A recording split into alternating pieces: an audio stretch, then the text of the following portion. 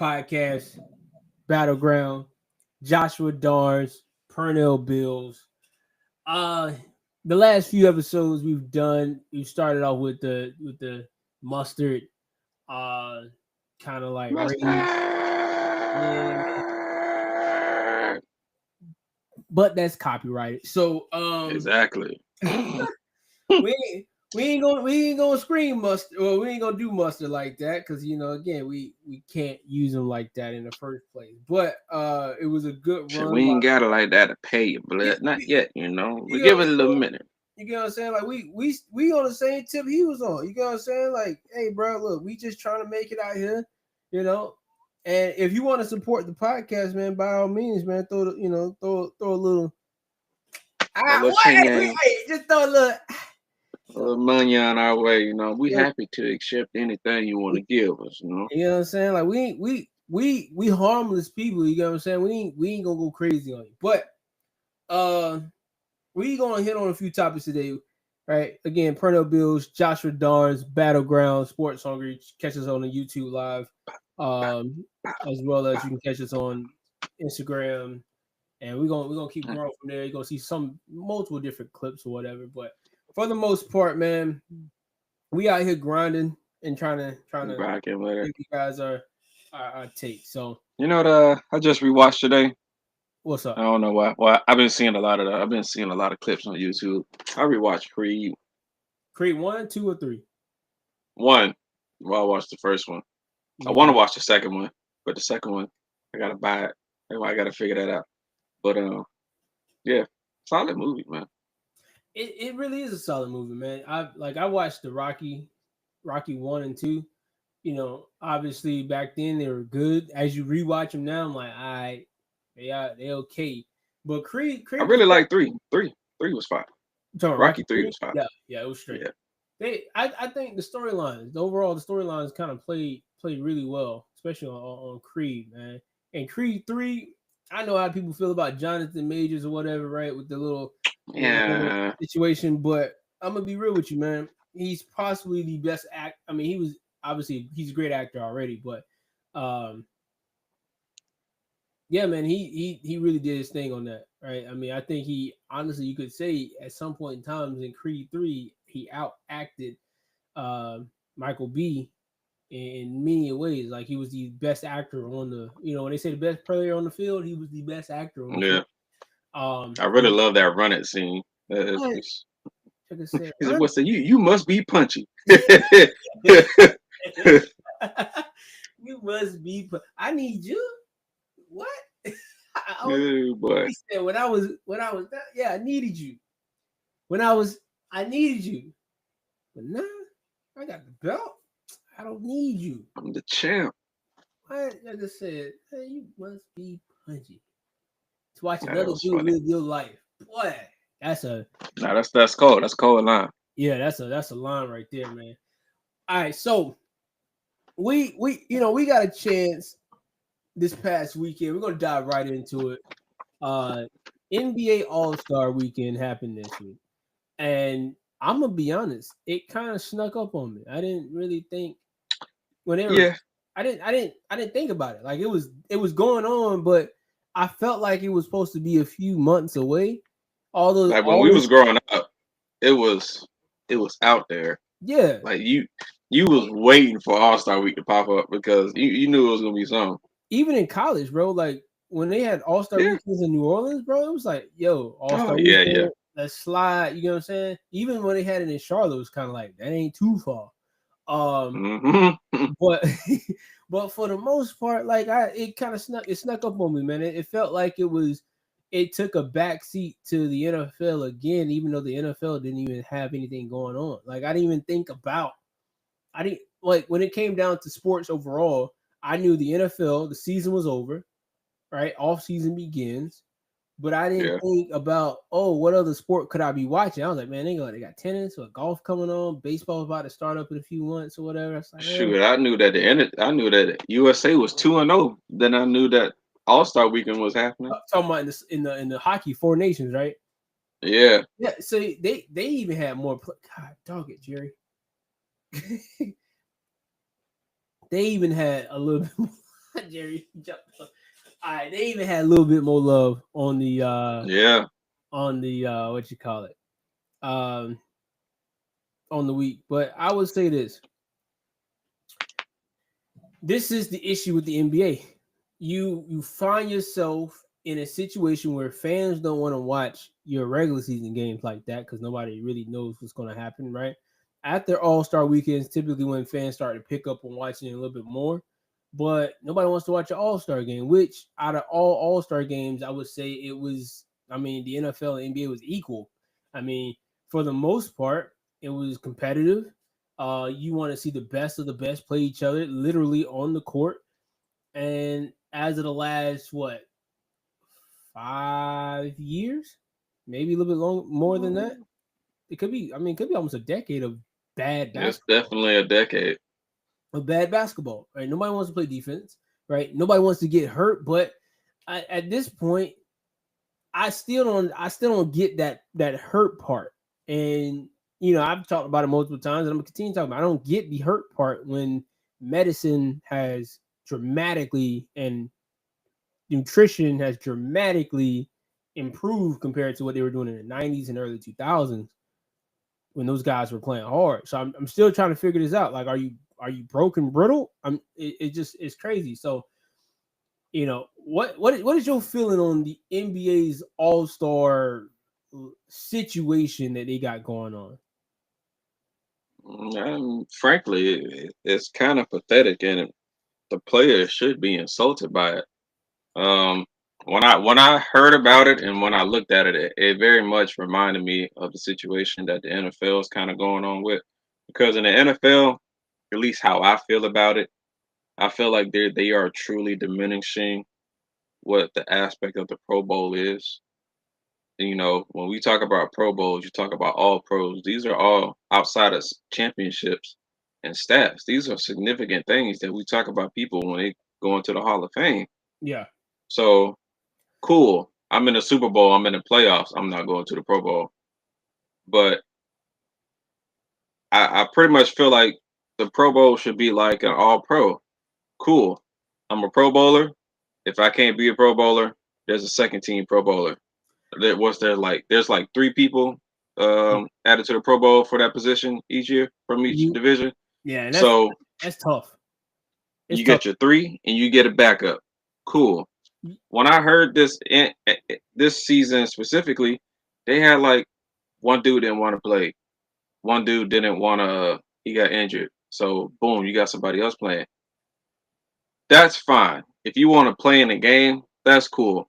When I say that you are a Pro Bowler, when I say that you are an All Star, you have been selected to that honor for that year. I Mhm. don't need the third overall selection for an All Star to now to be for him to now have an All Star. Because he's That not all diminishes the accomplishment of the other two people. because he's literally like that used to be I mean, like you said, that used to be a thing. Like, bro, I'm a Pro Bowler, and the Pro Bowl or even NBA All Star, those are individual awards that technically that's you're earning there. You're not like MVP is the best guy over the league, right? MVP, defensive MVP, but by getting getting a Pro Bowl, invite or even the All-Star tag on you for the NBA, that solidifies that the players that play with you, they acknowledge you that you are one of the best players in the league.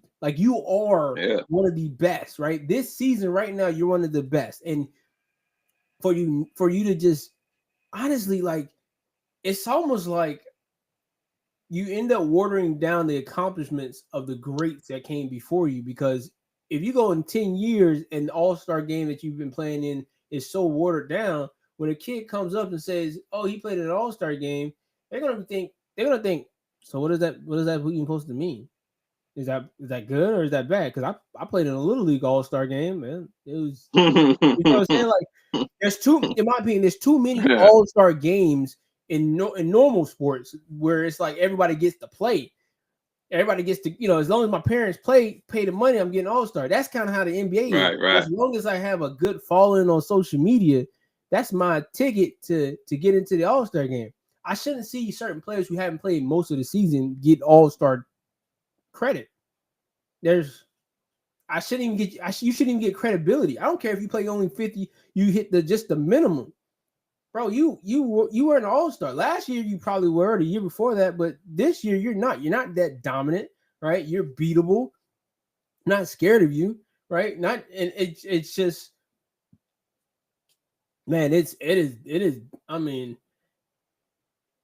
what can the commission? It's bad, but it's like the players can do nothing but blame themselves. Like we said, this has been, it's more than 5 years.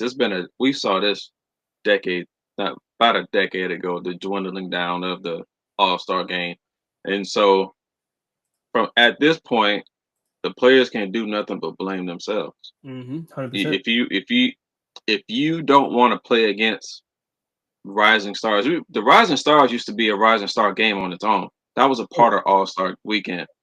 Those were great games. But there's no reason why these rising stars should be playing on Sunday.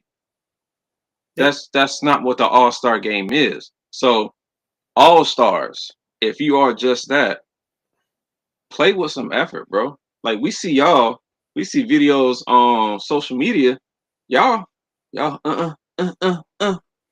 going crazy playing a little defense. But we asked you to do that in the All-Star game with people watching, and we can't get that from you. They be hooping. The fact that everybody speaks about this UCLA run that happens every summer, everyone talks about it, and they've been talking about it for years. What's going on at UCLA where y'all playing so hard? Because I gotta know how much money's on the line. Cause I know you ain't just shooting around, shooting around. How much money's on the line? I'm hearing about one-on-ones. What? I'm hearing about the 3-on-3s, 5-on-5s. I'm hearing about post-up game. I'm hearing about dudes that you think in the league may not be savages. I'm hearing that they taking the all-stars that we consider all-stars and all-pro type of dudes, and they taking them to the woodshed. So I remember that's the first time we heard about Hoodie Mello. Bro, what? And Ben Simmons was out there doing his thing, right? And it's kind of like, bro, does the NBA just need to put cameras at UCLA? So we say that's the All-Star game? Because clearly y'all want to play there, but y'all don't want to play in this. I mean, it's technically it is a break for you from the main game, I guess the regular season that's going on. Yeah.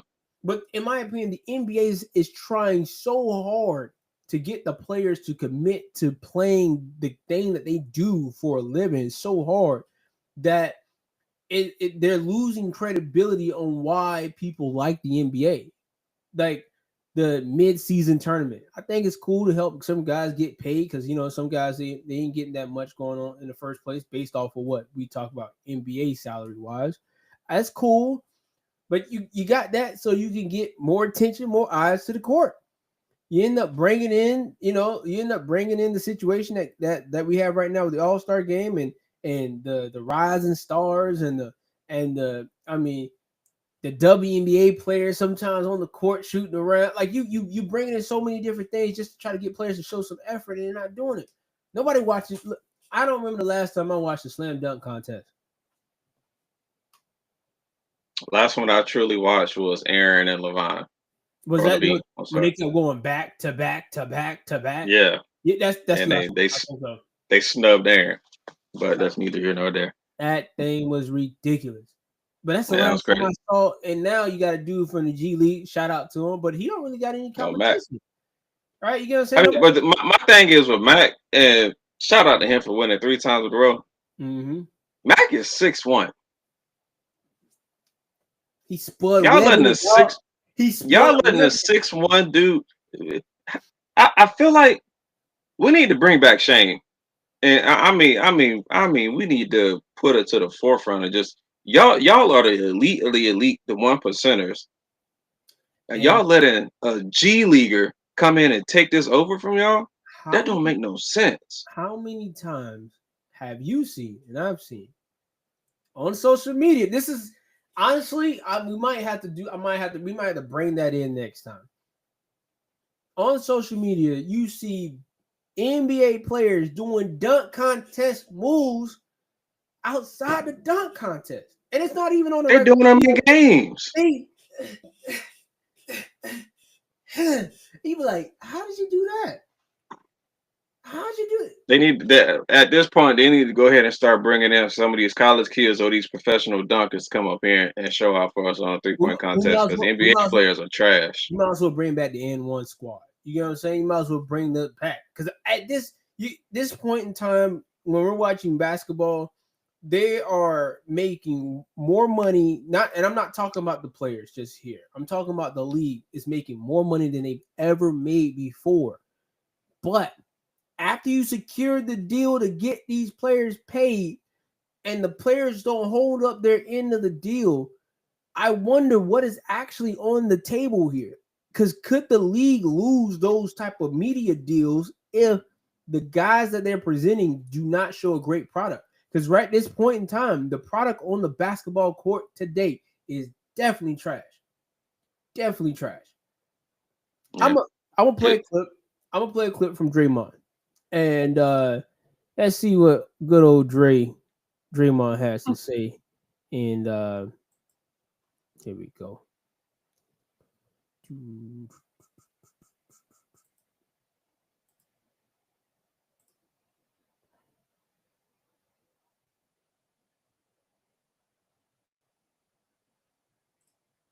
What's hungry?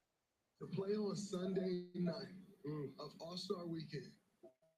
And because ratings are down, because the game's bad, we're bringing in Rising Stars. That's not a fix. I never played in the Rising Stars game. My first 2 years, I didn't touch that game. Can you hear it? And these guys get to touch the All-Star floor on Sunday night? Like when the floor is the floor? You know, in America, the president has Air Force One, right? Yeah. And he has several of those planes. It's only Air Force One if the president is on it. That's the All-Star floor. You have the court, you have the events. It's a nice looking court. When the All-Stars are on the court, now it's the All-Star court. Those guys did not make the All-Star team. To be playing in the All-Star game and you did not make the All-Star team is absurd. I agree with you, and it happened. No, I really love that analogy that he made with Air Force One because that was great. Because the little knowledge that I have on it, any plane, there are dozens of planes that the president can ride on. It don't matter if he rode on a commercial plane or a little, I almost called it an actual plane. One of them little planes that you see flying over the beach. Cessna, right? Doesn't matter. It can be a Cessna. If the president is on it, that is Air Force One. It matters when his feet get on the deck. That is his plane. It don't matter what's going on. That's the importance. That's this figure. So if I got these, I don't want to call them junior leaguers because you are in the NBA, but ain't nobody coming to see y'all because nobody know your name, son. And no disrespect to y'all because y'all in the league, but we come here on Sunday to see All-Stars, and the fact that we have to put them kids out there to get y'all to actually play, that's pathetic. What you saw there is, to me, it's just a plain representation of, and almost I'm not. The league is enhancing an entitlement just because you're in the league. Here's the thing about this. We're in an era where we've seen LeBron James, Steph Curry, KD, right? All these certain elites play a lot longer than anybody has played before, right? A little bit longer than the typical normal player, right? Especially superstar wise, right? Playing a lot longer than they normally do. Because we're seeing those guys play a lot longer, we've been waiting, and we've talked about this in other episodes, we've been waiting on new guys to step up and become the new stars of the league, right? This is why they're talking about, okay, LeBron James is going to hand the torch off to Luka because he needs somebody to take over, right? Who could be the face of the league? They asked Anthony Edwards, would you want to be the face of the league? And he didn't feel it. He didn't really want to be the face of the league. So they're trying to give these away and nobody wants to take it, right? And you got these rising stars that are here, but let me fill you guys in on something. Not every year you get rookies that come into the league or the NBA that's going to be like that, are going to be true dogs. Sometimes some seasons, those rookies come in and they're just a solid group of role players. Some may develop into very good players that contribute are contributing to a championship team down the road. But for the most part, they're not. This may not be that group that's going to develop a superstar. There's no Zions, no Jaws, no Lukas in it, right? There's no Kyries in it. There's no LeBrons in it. There's no this. Not every season. That's why when we talk about the greatest draft classes of the NBA times, we skip over some years because not every year produces a guy that you could be like, I rock with him. That's the guy right there. You may get one or two guys that show up out of the entire bunch, but for the most part, they're role players, and we gotta accept that. So we don't want to see them play. I don't really, like you said, I don't really care about seeing rising stars play. Let them play on Friday where they're supposed to be playing at, right? Not saying they're not great basketball players or good basketball players in terms of the average Joe. Yeah. In the All-Star game, we're not trying to look at average Joes, man. We're trying to look at the best of the best. The best of the best, the abnormal, right? We're trying to look at the magic of basketball at its peak. And we're not seeing that, man. We're not seeing that at all. And so I'm not surprised that the layout in which they presented, 4 teams, right? 4 teams are played. I'm not surprised how they had it laid out. And I'm not surprised that the guys that we expect to win dominated the event anyway. But it shouldn't take this much effort for that to happen. It shouldn't take this much effort to show anything.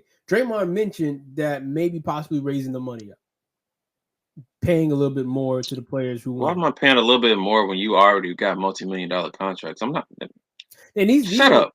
Y'all are part of the problem, bro. You know what I'm saying? These ain't even low contracts. These are big contracts that a lot of players are getting, right? You're getting money from the bubble. You're getting money to play.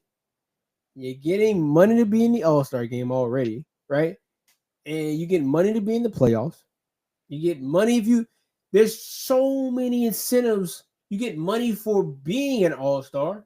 There's so many incentives that the NBA has already presented to the players, and none of that's giving you guys any urge to play even harder or play better. Remember, this is a job. Like, are they forgetting that part? This is a job. Like, and I'm telling you this, and I think we said this in the last episode. The NBA is going to come to an understanding that they need to act more like the NFL than they need to act than like what they used to do. They might have to do that, because tell me a player that could tell you I'm not playing and I'm healthy and you're not getting on the football field in the NFL. Tell me a player. No, you're not telling me you're not playing. Now we can talk about it and we say, yeah, I don't need you. I don't need you for these couple games. But you're not telling me that you're not paying you're not playing when I pay you. Because I want to be traded. You want to be traded? Oh boy, you be out the door next week. Because look, I'm gonna be honest with you. The Tyreek situation in Miami, it ain't just dying down just because of this, the season ending. Apparently he's taking back his trade request kind of thing, but because he got brought into the office. That's where that happened. They don't want to say it, but he got brought into the office. The NFL is special, right? They're special. Unlike the NBA, NBA cares about they care a little bit about their players, right? They care about how they feel. The NFL is very special in how they do it, right? They're not going to just come out outright all the time and put you out there on blast. They're going to bring you into the office and then have you consider your options on how far you want to take this. And I'm gonna be completely real.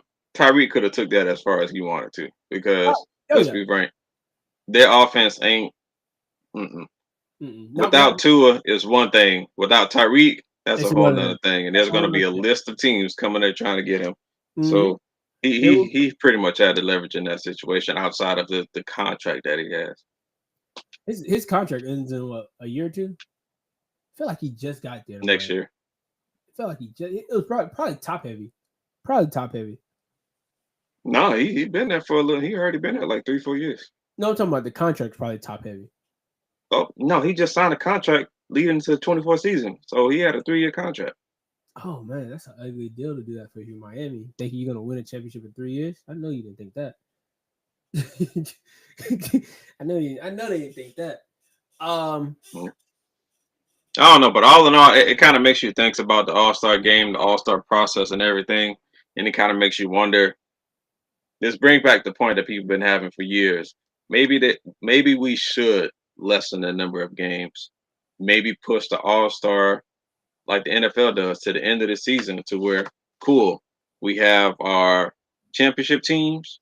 Mm-hmm. Those would be like people who deserve to be like the actual thing. I forgot what it is. All NBA players. You got your All NBA players. Obviously, your championship teams. Those guys ain't playing in the chip. I mean, they're not playing in the All Star game, but everybody else, you ain't got to worry about nothing. Half fatty. We see who's healthy. We see who's hurt. Cool. We already know who our All Stars are. Mm-hmm. Everyone else, that's when we can say you could be substituted. You're not an All Star, but you at least get the recognition to say, oh, these are potential other All Stars who could have been that guy, and those can also still be great players as well. Yeah. You're a high valued man. I mean, no, you're more than high value because let's be frank. Nobody's. I don't want to pull out nobody's name out that. Like, what's like? Let's think about Paulo Banchero.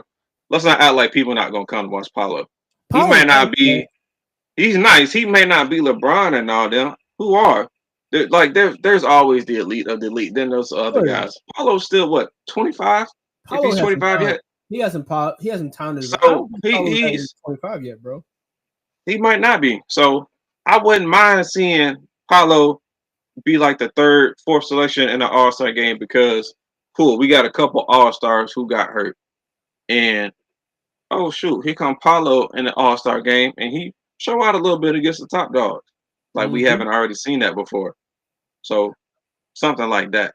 Because otherwise you just continue like the NFL, unless you're gonna go you're purely gonna put on this show for your All-Star game like the NFL is doing. Something has to change and you have to change the player's mindset. He's 22. Hey man. He's 22. And he just turned 22. Imagine Paulo in the All-Star game. I feel like he was in one already. I think he was in like the Rising Stars event. Oh, I know he was definitely in the Rising Stars. Paulo, it to me, and again, correct me if I'm wrong. I haven't looked at everything he's done or whatnot, but to me, he is going to be he's going to be a future of the NBA because I like his work ethic. I like what he does on the court. I like that the Magic are trying to build around him. I hope the Magic don't do what they have a track record of doing, which is they develop talent, develop an all-star, and trade them away. I mean, they went crazy in the late 90s by trading everybody away. They went crazy in the early 2000s by trading everybody away. You did it again with Dwight Howard, Reggie Nelson. Like you just like trading people away after you get to the postseason and get to the NBA Finals. You like, let me trade these guys away so I can get some picks, and hoping of rebuilding a team that's already built. I don't get how that works out. It hasn't worked out for you in your favor, and you got another guy right now who you're going to end up developing like you did to Dwight Howard, like you did with Shaq, like you did with Penny, like you did with Tracy. You're going to have another guy that you're going to be developing. Just don't let him go for free, and don't even let him go at all. Just put it. He not up for trading. Like you can't trade him. Whatever he wants. As we've already seen as of these past 2 weeks. Nobody got that title no more. Well, I would say this. It's a little bit different, right? I'm not saying you give the title in terms of like you aren't tradable at some point in time down the line, right? But let's not make you tradable once you get to your prime. I know Luka got traded, but the Mavs have gone to the top, you feel me, before. You know what I'm saying? Those have happened before. The thing about it is the Magic have that was years ago. Still, at the end of the day,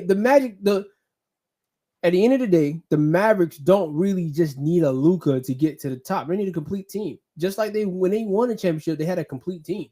It wasn't just by having Dirk. As per what I'm hearing from a lot of people, they still saying they have a shot. They just need a piece. They just need a piece or two. The piece was a big man.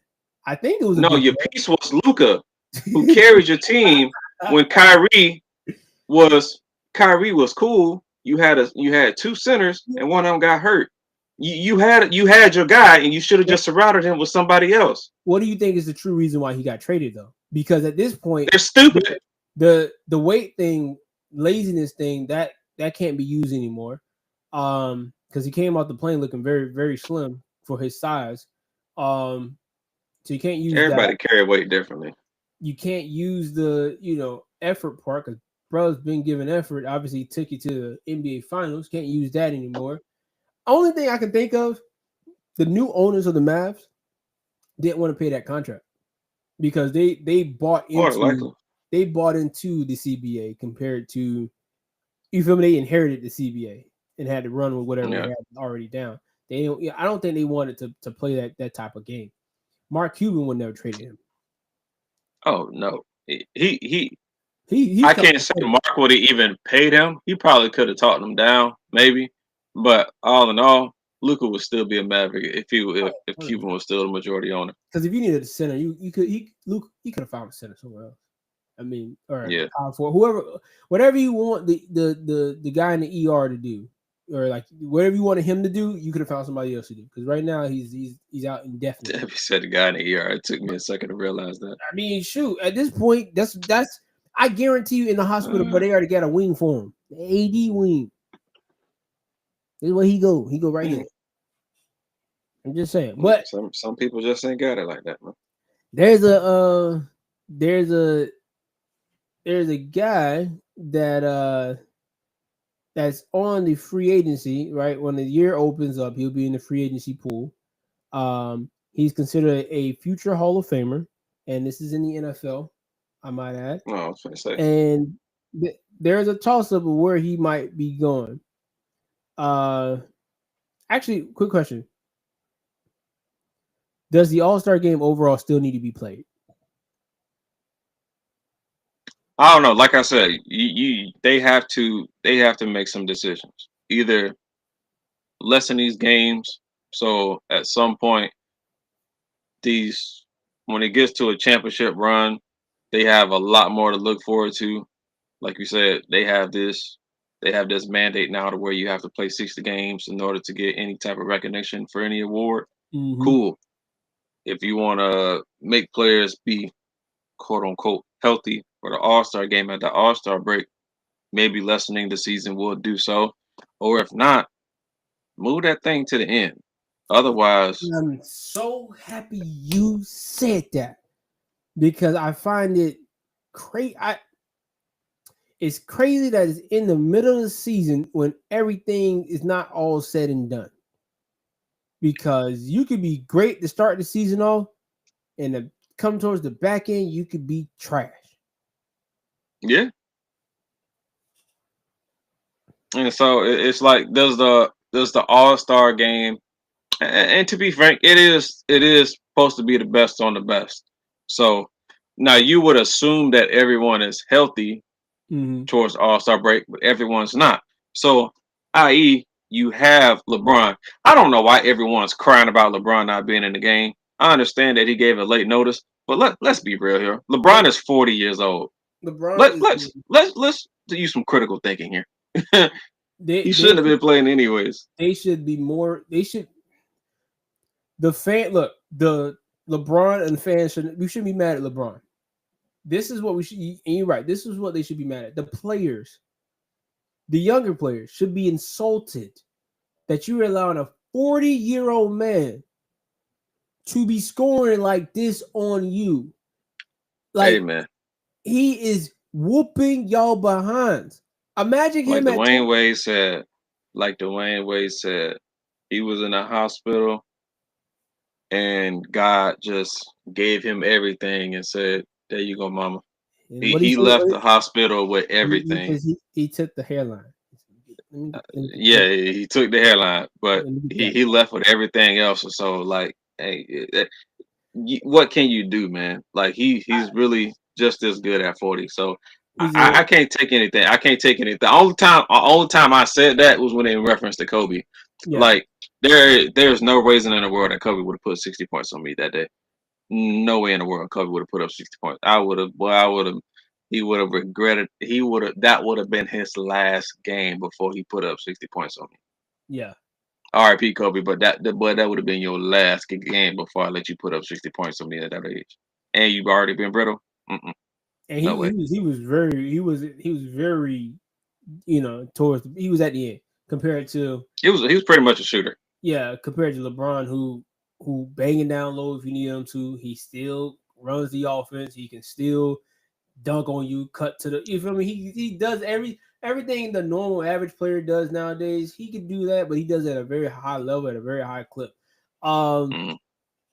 I think the players should be more insulted that they're allowing LeBron like that to do what he does. I think you should possibly again moving the game towards the end of the season compared to the middle of the season. But I understand that could come with complications because you have the playoffs where you're not just playing one game. And I look, the playoffs doesn't make me happy either because I don't believe in no play in. I don't believe in it. If you play 82 games and you didn't have the record to get in, you shouldn't be in. You should not get it. 82 games, bro. And you didn't have enough wins to loss ratio to get into the playoffs. 82 games. Multiple different styles of teams. And you couldn't beat enough just to get to the playoffs. You played some of them 4 times. I don't. Nah, player. No. Man, we got into the play-in. But That's great. That shouldn't be a thing. That shouldn't even be a thing. That's saying like that is the equivalent of participation trophies. Those shouldn't be a thing. So, you but some of them play-in teams have moved forward though. That's the crazy part about it. And the thing is, you know why they're doing that? Why they're able to move forward? Because they know I don't really got to work that hard to get to the play-in. I have a good enough team to get to the play-in. I don't have to work that hard.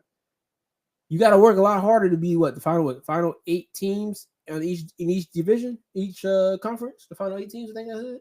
Final 8 teams. You got to work a little bit harder. Something like that. Yeah. It's ridiculous, bro. It's overall ridiculous, man. The NBA is just they need to reevaluate what it means to be a pro. You are a professional. There's requirements to be great. And it's not to be, you should not water down your league because players don't want to elevate themselves to be great. That means you need to bring in players who want to elevate themselves to be great. That's the thing. Players that don't cut it, don't do what they need to do, you release them. You let them go. This is why we do this is professional. Professional. It's professional, bro. It's professional. It definitely grinds my gears, man. It's professional. No. What people also have to recognize about professional sports, this is a business, and sometimes assets are a little bit more than others.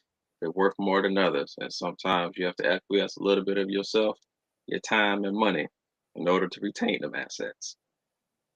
I think the NBA is so in love with the short value that is brought by some players or some storylines that they don't buy into the longevity storylines that they could create. You don't have to have the Lakers and Celtics be your main storyline in terms of teams. You can create new rivalries between other teams by putting guys who are really good on teams or markets that you never even thought about. But for the new generation, that would be the rivalry that they look into. You get what I'm saying? That's more or less a story right now because look at Shai and OKC. Now, granted, OKC have had other years, but yeah, look at Orlando with Paolo. They're hoping that he get another guy so they can continue to elevate. You get what I'm saying? Shai is a what? Point guard, shooting guard?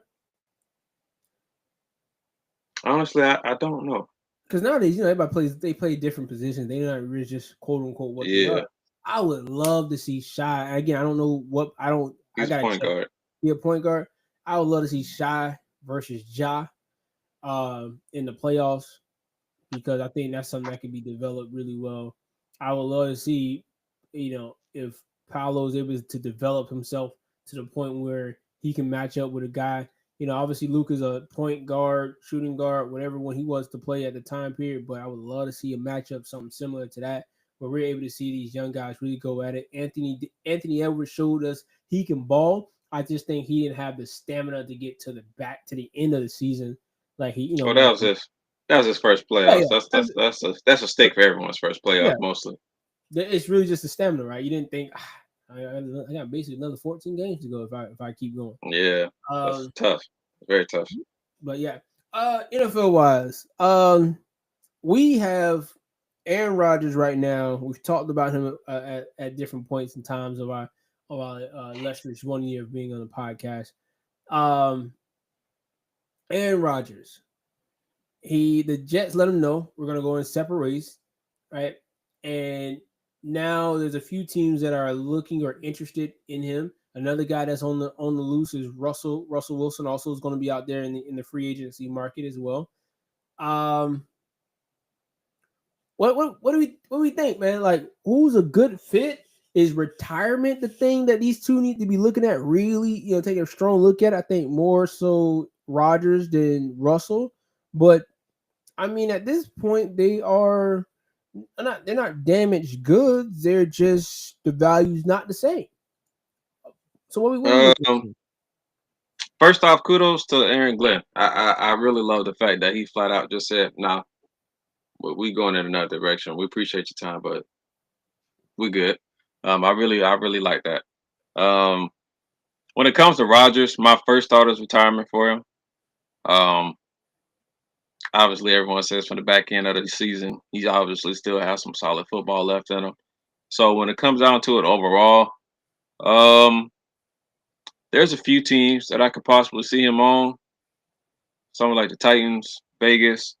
Um, if Stafford ends up getting traded, I don't think he really would love to play in that offense, but I wouldn't mind seeing him in it if he can acclimate to it and see him in LA with the Rams. Mm-hmm. I feel like a very interesting one, a very interesting one would be him in San Francisco if they decide to like give Purdy another year, groom him under Aaron, and see what happens from there. That'd be very interesting. Um, that's pretty much all I see for Aaron. Really, I think it's either because he's not. There's no real contender out there that could use him. Yeah. So it's either some of those few, I guess you can call San Francisco a French contender, but they have a lot of free agents on their squad too. Um, Vegas maybe if they fix up that O line, but that's pretty much his options to be honest. You're speaking on almost like established young head coaches, right? They're established young head coaches with dynamic offenses that might be attractive to Aaron Rodgers to play in, might be, right? See, my thing is though, he don't like he, dynamic offenses though. He likes he likes four receivers, me drop back, y'all do what y'all supposed to do. mhm. Let me fix that. Do what y'all supposed to do. Let me throw you open or you get open and I hit you on time. That's Rodgers. He don't like all that motion. He don't like all that extra stuff. He wants offense. Do it, execute. So I that's why it's like, I think wherever he goes, right, he's looking to be a starter. obviously. At this point, man, there's I think Aaron Rodgers should definitely go in and hang it up. Um, for a few reasons, right? I mean, even AJ Hawk, he hung it up before I thought he was going to hang it up, right? I think he I, had concussion issues. well, Aaron Rodgers has relationship issues with the teams or with coaches or whatever. I think at this point in time he should definitely go ahead and hang it up because you don't want to hurt your legacy from what it already is, right? You're gonna go to the hall, right? And now we know for a fact you're not on the same level as Tom Brady for a fact. We know that for a fact. Um, and that was the only reason why I thought he would go to the Jets is to prove a point that he can do the exact same thing that Brady did. Maybe it was that, maybe it wasn't. But I thought he was trying to prove a point, like, hey, I can do the same thing Brady did and go to a team that most weren't expecting to compete for a Super Bowl and get that. Right, the Jets had a pretty decent roster. If you look on paper, pretty decent roster, wasn't terrible. It's just positioning everybody that you need in the right spot for you to be successful. If Rodgers retires, he retires with one Super Bowl, just like his predecessor in Brett Favre. Um, multiple different MVPs, right? He's probably top 5 NFL all time in terms of as a quarterback, maybe top 5, top 8, wherever anybody wants to make that debate. He's probably arguably the second best talent, often quarterback talent to come out based off of being To me, the traditional pocket passing style quarterback, right? Because he's not Michael Vick, right? He's not Lamar Jackson. He's not one of those super dynamic guys. But as far as physically talented quarterbacks, he's number 2 for me. You know what I'm saying? Yeah. So he has all those things already on his belt. He's already started to develop something with Pat McAfee. He's already starting to develop that as well, an audience that actually likes hearing him talk. So I just think it's okay to walk away from the game where you are. We wanted to be on a high note, but overall, man, you don't bring the things that the league needs right now to the table. And the league right now is transitioning to dynamic offenses, taking more from the college game. And you as a quarterback, as hard as it might sound, which you've done before, but at your old age, I don't think you want to do it anymore. You're going to have to do a little bit more than just be the drop back quarterback. He's done it before with the Packers. There's been times where you made miraculous things happen. But now every quarterback in the league does that. Everything that's a requirement now as an NFL quarterback. You have to be able to do all things relatively pretty decent or great. He should just retire. I think this is it. I think he's going to put his papers in. This is it. I don't have a team. I doubt it. I think he's pretty much him and Stafford are essentially the same quarterbacks right now. They really are. Aaron has always been more mobile than Stafford, so I think Aaron, he's coming off an Achilles injury and he's 40 years old. That plays a part in it. So next year he'll be fully healthy. Are there teams out there? Yeah, there's just not real quote unquote contenders that he can be plug in and play. Like if he wants to sit out on a year and wait for somebody to get injured, that's a thing too.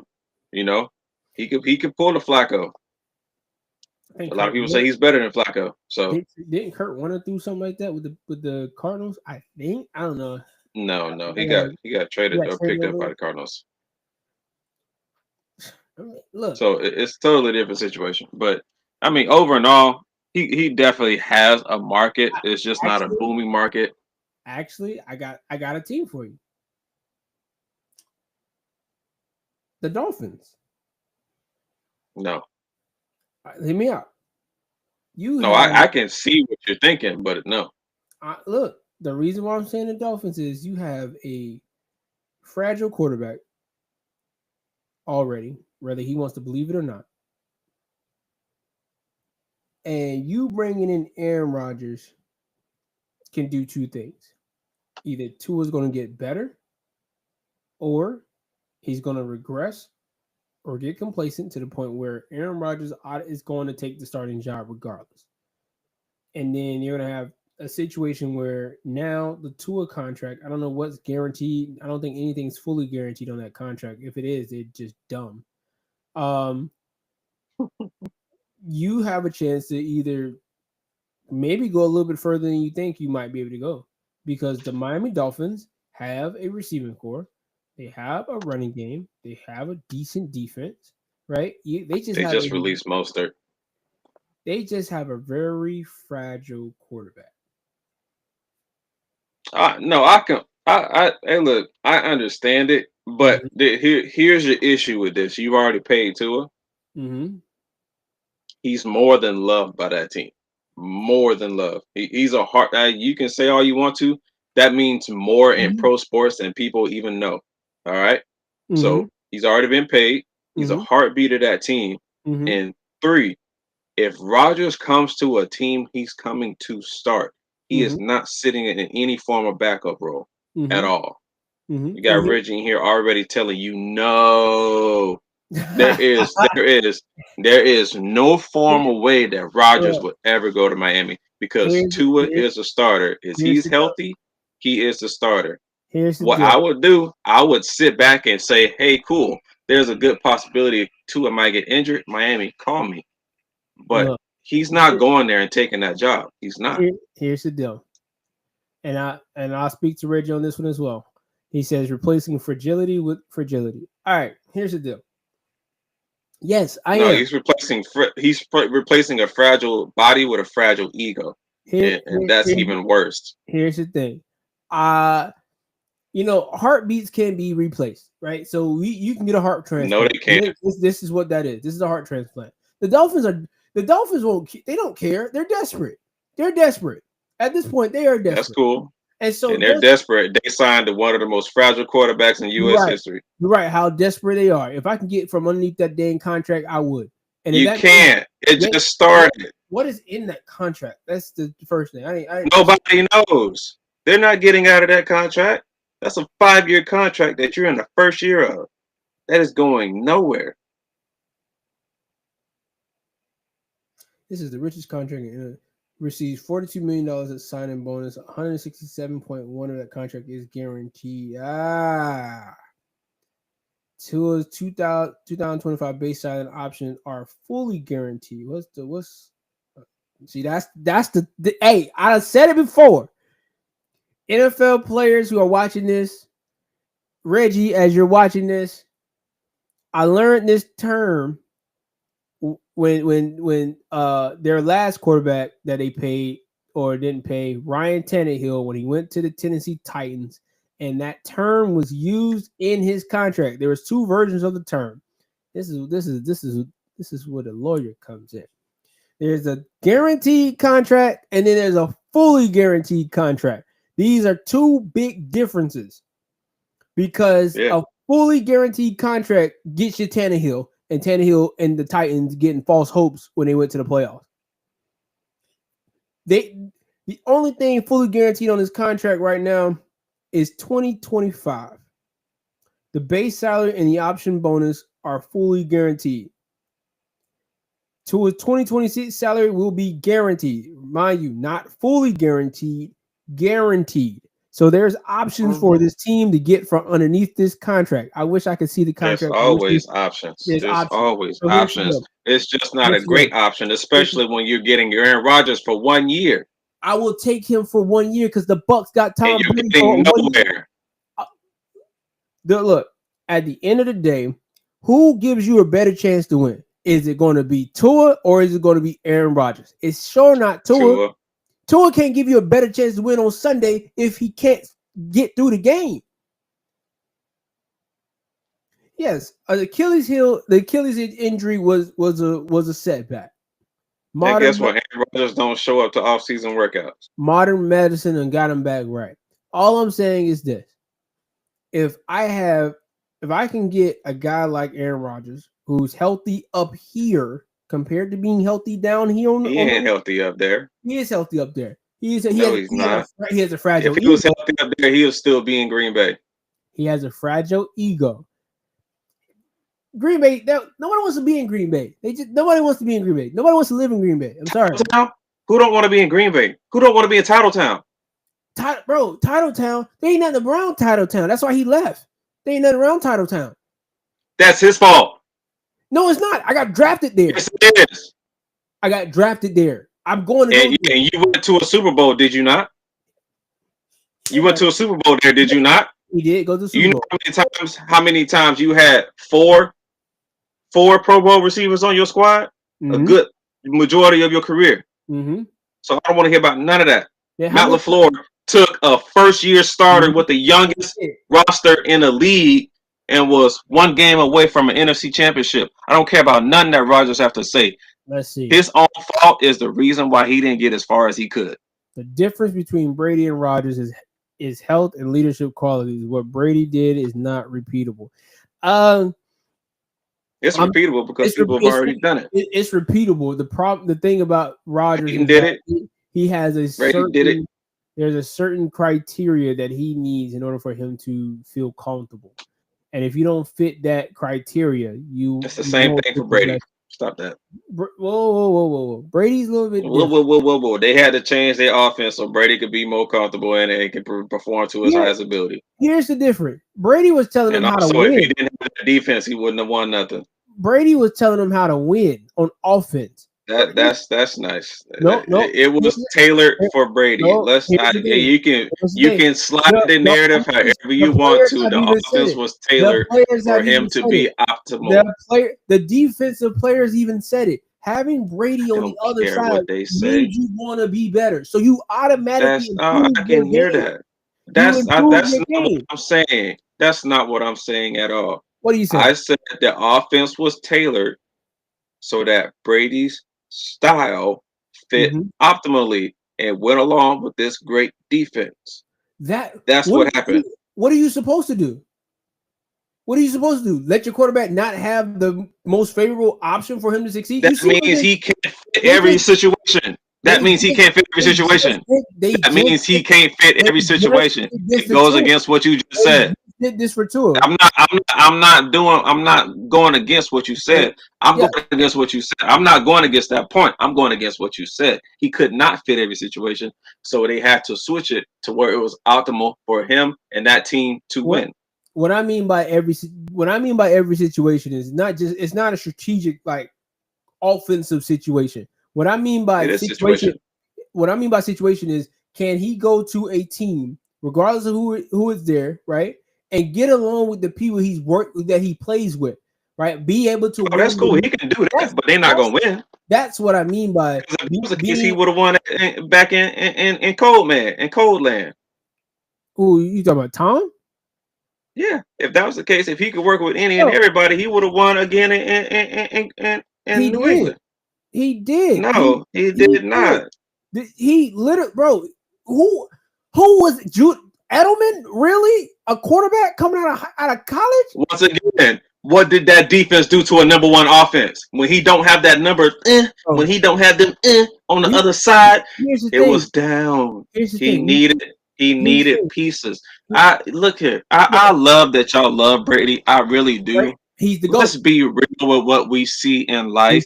He got old. It's fine. He could not carry a team. Yes, he was a bolster to their spirits, but Brady was not God at that moment anymore. He did not carry that team his defense got whooped. The Chiefs might think differently because his defense got him a ring. Just like they did at the beginning of his career. At the end of the day, no matter what you do as a quarterback, you're deep. If you look at what we just saw, right? Jalen Hurts did his thing. Yes, quarterbacks get the credit. I'm not on TV and giving everybody BS credit. We're not giving everybody credit. All we're saying is there is a level of difference between Tom Brady and Aaron Rodgers, and that difference is everybody knows that. Exactly. So there's a leadership quality that's different, right? There's also the respect factor that's different. The players. That's cool. Yeah. Who would you rather have on your team? Oh, look here. Who would you rather have on your team? Personally, I don't respect anybody that I'm playing against, just to be fair. But that's just me. But when it comes down to it, yes, I've always said I don't care what nobody has to say. Rodgers is more physically gifted than Tom could ever dream of being. But as far as being an overall quarterback, Brady was better. There was no question about that. So who's your five? Of all time? Who's your five of all time? Brady, Montana.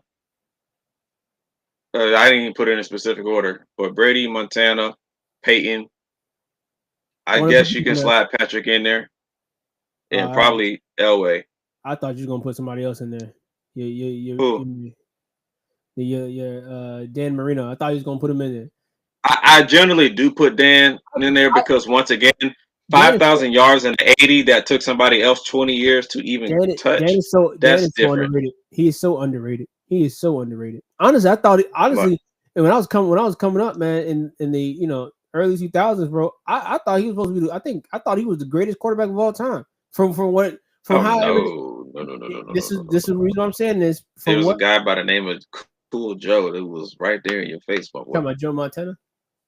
Joe, Yes. Joe was Boy. nice. The thing is, bro, I had watched Ace Ventura. I was like, damn, man, this guy Dan got to be something serious.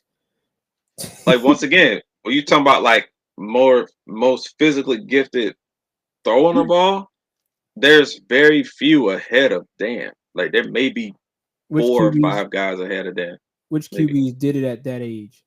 Obviously got Tom. Nobody's done it at that age. It's really Tom. Yeah, Tom's the only one to kind of cross that line like that. But Manning did not do it at that age. Yeah, Manning was a shell of himself when he got to that. He didn't even touch 40. And there's only a few that have been able to do the go to a different team and even be successful. It's not like to go to a different team after being good at one other city, like another city. There's not too many that you can say your lineup is. Oh my God, that boy got Elway at 3. I don't blame you, but Manning, Elway at 3, tough. And Montana at 4. What? Okay, look, I ain't got no particular order. Marino at 5. Every single one of the guys right here in this list that you got, Brady, Manning, Elway, Montana, and Marino, all had really good head coaches too. Like their situations were pretty solid. Elway had a little bit rougher time to get to that point. Obviously, he was a little bit more towards the back end of his career. About the time he actually got the coach he really, really needed to be good, or the pieces that they needed all together to win a championship. Exactly why I said Brady and Rodgers are different. Rodgers needs to. I have to put at this point. I don't love it, but I have to put Patrick ahead of Marino simply because Patrick is making these things. Patrick is making the game. He has 3 of these things. He's making the game look so easy. And he's making it look so easy. We all know. Look, if you don't got an offensive line or whatnot, right, protecting you. I think rules are helping them make it easy. We've already said that before, man. At the end of the day, the rules of the game for Brady were easier than the rules for the game for Marino and Elway. You get what I'm saying? So at the end of the day, they're playing with a certain deck of cards. Mahomes' stack is a lot easier now. You got a ancient wonder as your head coach who has all the playbooks of all time in his back pocket. Right, you already got that situated, and you don't really have to do much with that. It is what it is. Brady had the same situation, right? He just had a stack guy when it came to defensive guys, right? And Manning himself was just a stack guy. Elway is overall, in my opinion, I mean, athletically was doing his thing. Arm talent was there. Elway was a first-round pick in the MLB draft. I don't think too many people remember that. Chose to go to USFL first before he decided to go to the NFL. I thought he did 1 year at USFL. Or was that he went straight there. No, USFL was I don't even think that was a thing. What's his name? Warner went to the Arena League and then got there. Warren Moon went to Canadian football and then got to the NFL. Nope. If I'm not mistaken, I think he played Montreal. John Elway was sought after by the USFL Invaders before the 1983 USFL draft, but he chose to enter the NFL draft instead. So the USFL was there, but he chose the other option. Hey, this goes to show you these leagues that like to keep challenging the NFL. Stop doing it. Stop it. Because I mean, at that time, it was different though. The USFL had a. It had its own pool. Yeah, the XFL tried to do the same thing, but they decided to go to the spring. Exactly why I said Brady and Rodgers are different. Look, 2 great quarterbacks. Both are going to the Hall of Fame. Both are going to the Hall of Fame for winning championships and being, consistent pros and professionals like they were. Obviously, Brady's career on the field and looks like off the field went well and is going exceedingly well. I think again, Rodgers should hang it up and try to go in that same route. Be excellent off. Manning is had a great a great. He's having a great. Manning has personality. He always had personality. Manning a savage, bro. Manning a savage, bro. He's a dog, man. I think sometimes we forget quarterbacks. They are guys in the locker room too. Like they're not just sitting there just they're not just sitting there just twiddling their thumbs. Like, nah, these jokers over here in the locker room too. They with every single funk you want to bring. I said funk. Yeah, well, some of them. Some of them, anyways. Off-season trades. What are some trades that are potentially something that you want to look into, man? There was the big news I that got a happened bunch of last them. week. Which With one? Trevor Lawrence. The Jaguars keep coming up in our conversations, but Trevor, I keep You know, bringing him up. I really love y'all and the Jaguars. I feel sorry for Jaguars fans because they're essentially Cowboy fans, except y'all don't get to the Jaguar fans don't have to get to the hype that Cowboys fans do because the Cowboys actually have talent on their squad compared to the The Jags. the Jags don't But have y'all keep the they Jags. keep doing certain moves that's like, oh yeah, and then it's everyone can see that wasn't a move. So The yeah. Jags do, Well, but not everyone, but the Jags do more with less, and the Cowboys do less with more. And they end up in the same spot. sure. Yeah, Two different true. trains leading on the same track, going to the same spot. Cooper Cup. Yeah. So Reggie Miller. yeah, Cooper Cup, that's actually my number one guy. He spelled his name wrong, but that's okay. Um, I like Cooper. I think he's still good at his age. He may not be a number one, but he's a solid one B, 2A. I got a couple teams for Cooper. I got him going to either Chargers, Patriots, or the Bills. Mm-hmm. Chargers, obviously, they need someone to take the pressure off the lad because once again, that's a rookie. This is only his second year in the league coming up this season, so uh, they need another receiver. Patriots, obvious. Drake May. They just need receivers. They got a lot of talent. Not a lot of talent, a lot of money. The Patriots. They got a lot of money. They do have some. I do like the talent on their squad. I Mhm. love the fact that Vrabel actually brought Josh McDaniels back. It's a, I'm really looking to he see where does that goes. he does good with young quarterbacks, in my opinion. He does good with young It quarterbacks is. in situations where he doesn't have to lead the team. As long as he's not the head coach, he you Yeah, know, when he's not the head coach, he's good. I wonder if they would consider this. There's a guy he's about to get on probation soon. He spent the last 3 years behind bars over a situation that happened when he was driving in Vegas. I wonder, would he get a shot back in the league? Put him under a rug. And Anyways, if he my third team for Cooper. Hey man, he's not getting a big payday no more. He's already gotten paid. okay. He's looking to win, and I think he could win again if he goes to the Bills. Mm-hmm. Like I said, I think they need a bona fide vet in that room, someone to help get some pressure off of Keon to let him continue to grow because we saw what he looked like towards the end of the year. A lot better. I think Shakir is great up the middle. He's a great, pretty much gadget guy, yards after catch kind of kid. You put Cooper in there, let him kind of do his thing, take some Mm-hmm. pressure off them boys, get Dalton and them tight ends some more catches. He might have a solid couple years in Bill at the Bills, take a little pay cut, and they can see themselves probably in the playoffs with probably a little bit better pass game compared to what it was last year. Mm-hmm. Um, I got another. I got what? I think I got three receivers this year Okay. just because I like them. Coop, Devontae, I have him again. I have him with the Chiefs, also the Bills. But if they keep Russ, I would Mm-hmm. like for Devontae to go to the Steelers. If they kept Russ, I think that would be a good matchup between him and George. And then Russ needed a solid. If they don't get a tight end, once again, this is all predicated if they kept Russ. Mm-hmm. You get Devontae, you get a solid tight end. I think that the passing game at least could be that much better. Like I said, if they had Devontae last year, I think that passing game would have probably been one of the better, not the better ones, but it would have been pretty good to where you weren't too much scared about that team. And then my last boy is T. Higgins. T. Higgins is definitely a number one receiver. They're So gonna have a they're gonna The Bengals they're trying to franchise tag him one more time. I don't want that. What I want is these NFL players to stop wanting to be the highest paid. Give do people recognize how much money $20 million a year is? I don't think they Like, do.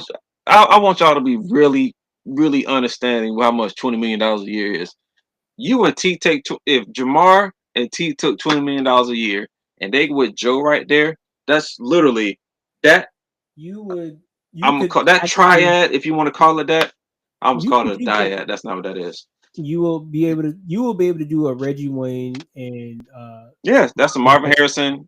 situation where And you y'all, if y'all could get a tight end, y'all could have a Dallas Clark. You know. and that'll be a situation where you don't have to you both are getting paid and you're at a Yeah. stabilized spot where you guys can win.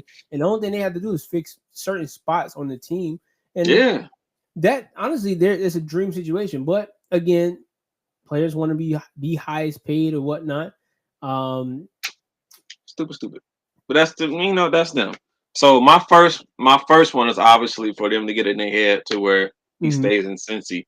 But if he doesn't stay in Cincy, Washington could use him. Obviously, Kansas City could use him. And mhm. then once again, the Chargers. They need Another guy. they need somebody. They need somebody. So yeah, Um, those three guys, they're needed. not bad, not bad.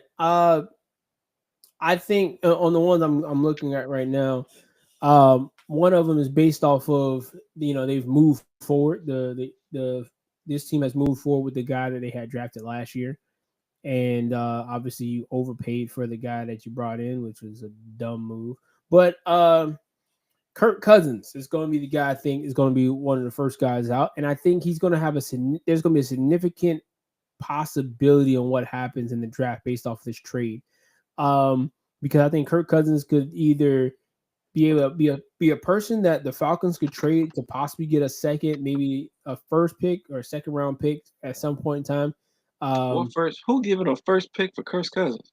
Juggles gave up dumb picks to get Matt Ain't Jones. nobody giving I have him going to Cleveland. Cleveland is not giving up a first round pick for him, But especially with that contract. No, it's a trade piece, right? hell no. So it's a trade piece. The Falcons right now they are $8.4 million over the cap.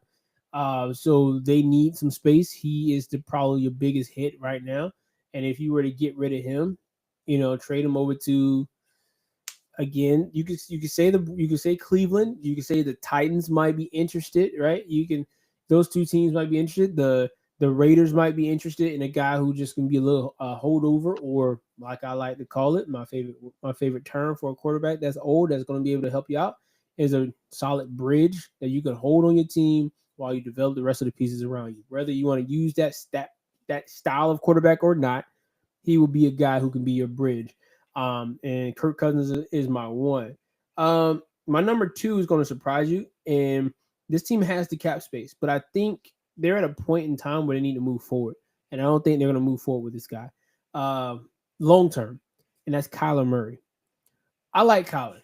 I like Kyler as a quarterback. I think he's smooth, he's fast, he does his thing right. He's a unique style of quarterback. However, I don't think in the last few years, I think the Cardinals have become stagnant, and I don't know where they're going, and I don't think they know where they're going. And I feel like in a league where you don't know where you're going, that means you're going nowhere fast. And so at the end of the day, you're going to end up back where you were picking in the first or second round picks. If you were able to trade Kyler Murray to a team, again, the Browns end up being another team on the line. I think the Dolphins will be a team on an option for him as well. If you were to trade to trade him out the way, it opens the door for you to figure out the rest of your situation, because at this point in time, Kyle's on your team, but your offense hasn't developed too much of anything. And so I think Kirk Cousins, Kyler on my two, and then I'm gonna throw a third one out there as well. And let me see if I can find them. Honestly, I'm just gonna go with those two. Not even gonna go even further. I'm gonna go with those two, just because I think they are options that other teams will need. Two decent quarterbacks. I got some more guys, but I want to hit on this Arizona one. Okay. Um, Arizona would be very much like trading away Luca. Okay. Okay. Okay. If you already have a guy, let's not think about this too much. All right. Mhm. You already paid him. Yep. Cool. You can always restructure. And obviously you need more pieces around and you didn't have the best year. So Mhm. already you have a first round pick. Trade back, get more picks, and do what you need to do. Get some pieces around him and let's get this ball rolling. Because if you traded with Kyler, next thing you know, you drafting Josh Rosen again. And you see where that got you. Oh yeah, that got you Kyler. Oh man, So that was a. let's not think about this too much. I think that Let's just the not think about. Now, I understand what you're saying, the, but mm, the Rosen.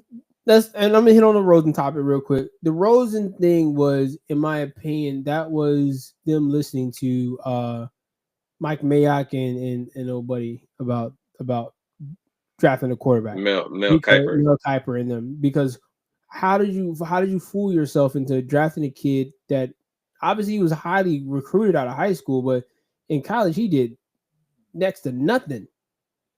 He just had good And stats.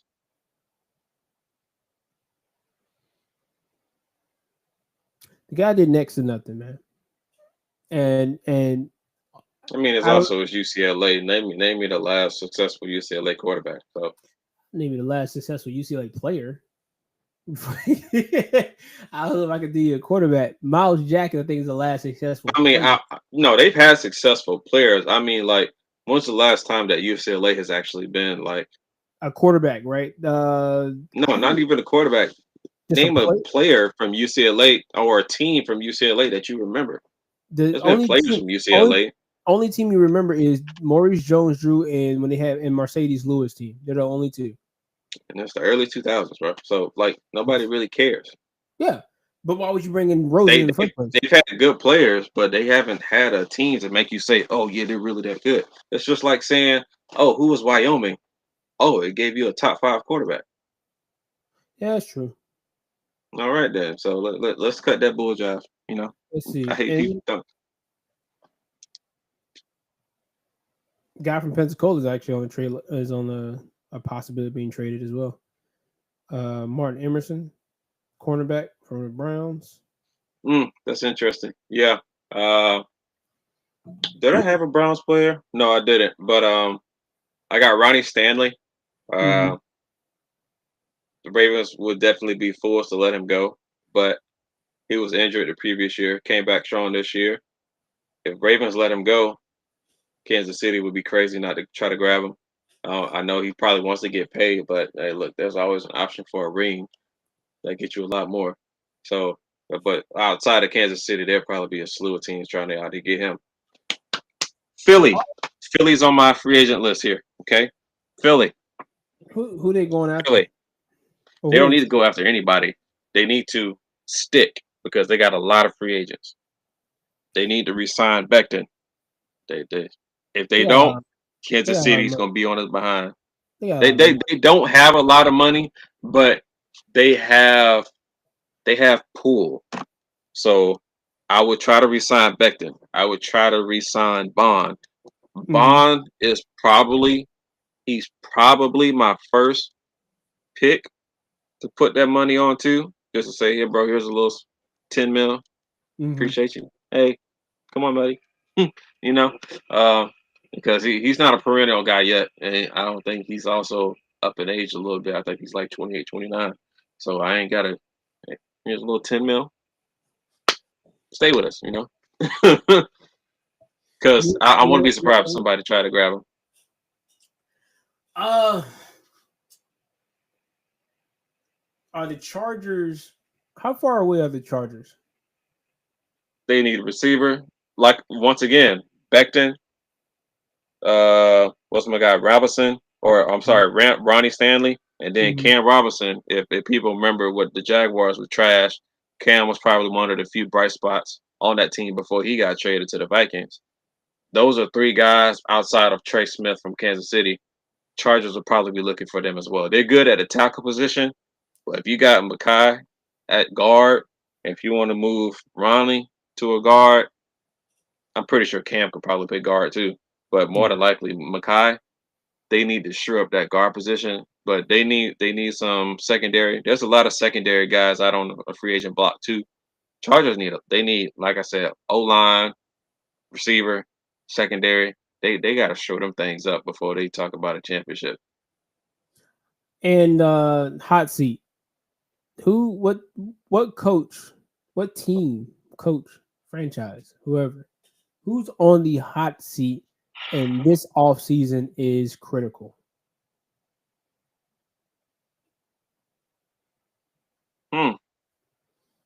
Because the coaches who got let go this offseason were the ones we thought would get let go. For the most part. Yeah. There's, some of them who might be on the hot seat may not even know they're on the hot seat. I can probably really only say one right now. Who you thinking? On the hot seat, maybe. You just said there's a guy.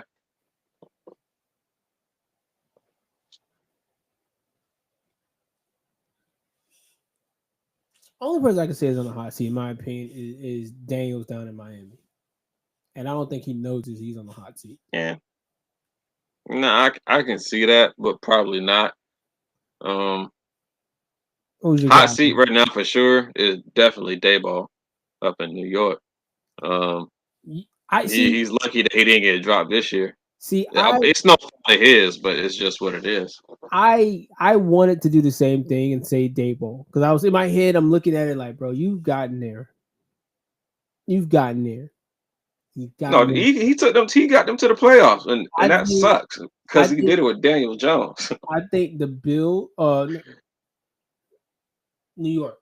I don't know. I'm thinking about the Bills. Buffalo, man, come on, get it right. Yeah, we're talking about Buffalo, right? I'm drawing. No, it's the New York Giants, okay. New York Football Giants. Okay, I was thinking about the Bills. No, he's not the head coach there. Here we go. So,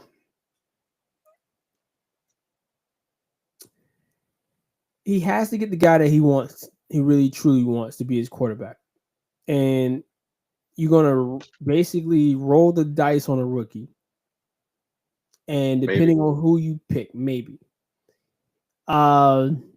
he could trade this pick to trade back and possibly get one of these vets that's going to be on the open market or the trade market or whatnot. Kirk Cousins, another guy who's going to be open. They already have a guy in mind. They just got to wait on the Rams to do something with it. You think they're going to go get Stafford? That's already been the buzz. That's been the buzz for the past 2 weeks. Do you think you think they're really going to pull? I don't know if Stafford wants to go to New York. I don't think he wants to go to New York. My thing is, and frankly, if Stafford was to win in New York, Giants, look at me. If you get Stafford, get Cup. Like you already got my boy Neighbors right there. Yeah, you already got a dog. Mm-hmm. Get him somebody that can get that pressure off him because you get a good receiver tandem. Don't get you a solid receiver in the draft. Mm-hmm. Hey, look, y'all could have an offense, and you already got rid of a running back. So at least do something with receivers. Hey, don't rub salt in the wound, man. No, I'm putting pure alcohol on these stupid.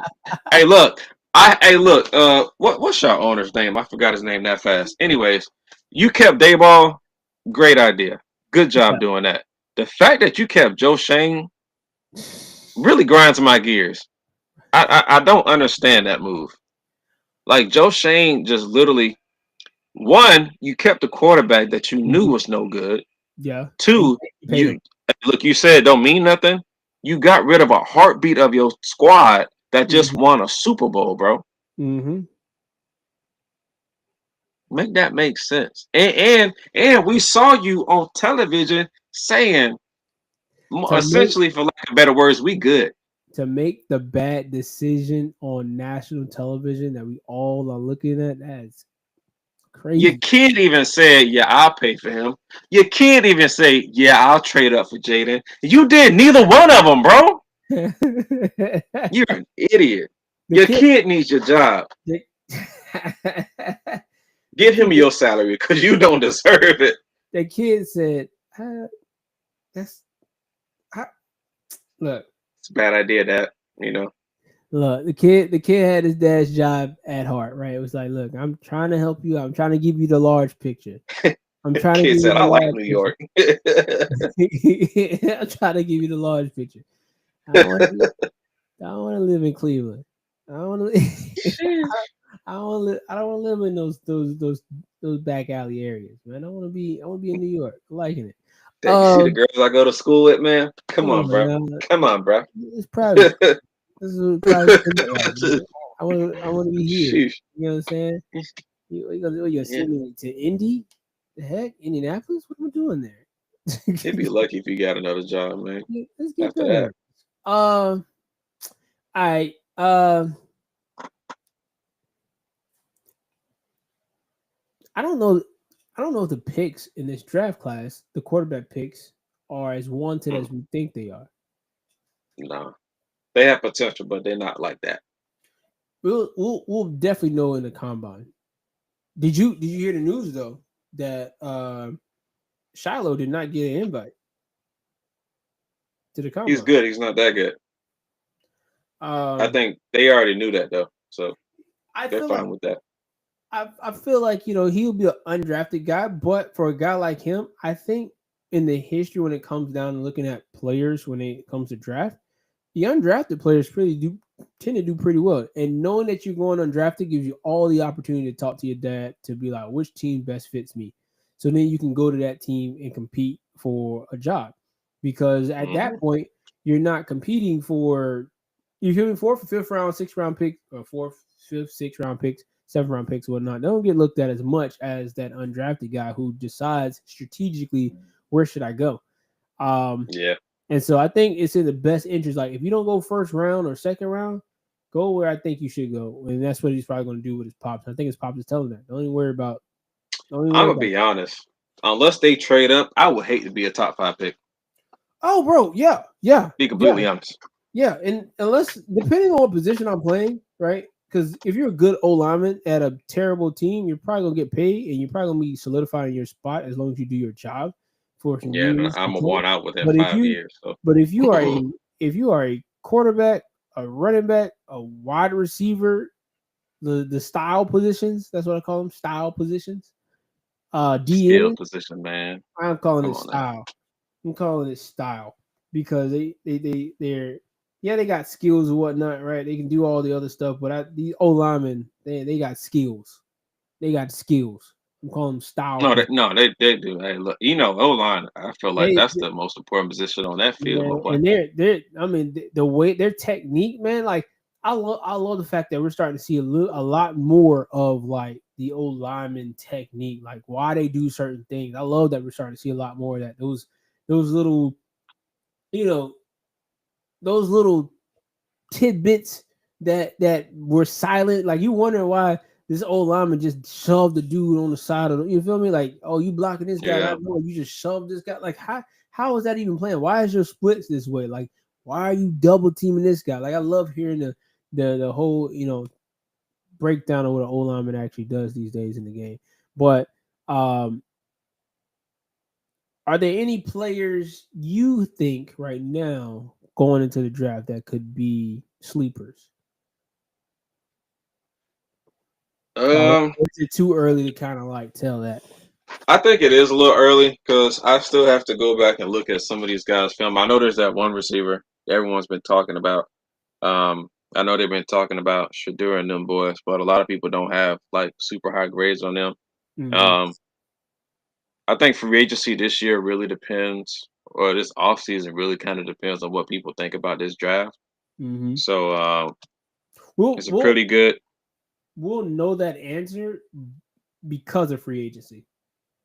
Yeah, yeah, yeah. Yeah, because of the This moves that are. offseason, Mm-hmm. yeah, you'll see based off each other. You'll really see, especially when this next period free agency when it comes during the season, it's going to get very interesting because there's probably going to be a lot of 1-year deals going out for this, a lot of 1-year, 2-year deals going out this season, this offseason. You might see a lot of switching teams this year.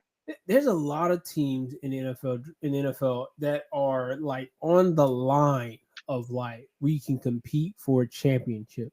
We just need the guy or this pick or that pick or this free agent. Like they're right there on the line. And any way, whatever, any given season or any given game, they can possibly take over and go on a nice little run. You know what? I have a sleep. He's not even a sleeper guy. I just think he'll do somebody well. His usage might scare people, but if he gives you at least what I could probably see him from 2 other people that I'm thinking of, he will probably be a great pick. And that's a young man by the name of Ashton Genty. Cowboys, look at me in the eyes. I mean, look at me in right here. Imagine if I had a bullseye right here. You think he's Jerry Jones? He's not a sleeper, but there's been he's started, his noise has started to buzz down. I don't like it. Like, we clearly saw what he did. We clearly saw what he did against higher talent, especially when he didn't have nobody on his team besides him. So it's like the respect is there's a lot of like people. It was a lot of Saquon, but they don't have the requisite talent around him for it to actually look like something. So it's like, hey man, if you got Dallas, bolster your old line. Grab this kid late first round, second round. He's not getting past the second round. I highly doubt that, even though he's a running back. I don't think Genty drops past the top 15. I don't think he drops past top 15. If he went in the first 15, that'd be crazy. I don't expect that. The last running back we saw go that high was whatchamacallit? No. I believe it was Saquon.